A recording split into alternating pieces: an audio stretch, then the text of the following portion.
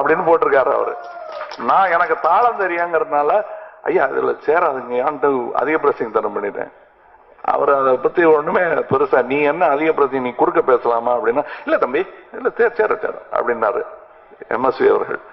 அது செஞ்சு காட்டினதுக்கு அப்புறம் என் மூஞ்சி எல்லாம் செவந்து போய் எனக்கு தாளம் தெரியும் நான் நினைச்சிட்டு இருந்தது கவிஞரும் சரி எம்எஸ்வியும் சரி ஒரு க்ஷண நேரத்துல நொறுக்கி அப்பளம் மாதிரி நொறுக்கிட்டாங்க. என்ன நல்ல மழை பெய்து எந்த காடு என்று நாதிந்தென்னு அது போயிட்டு இருக்கு.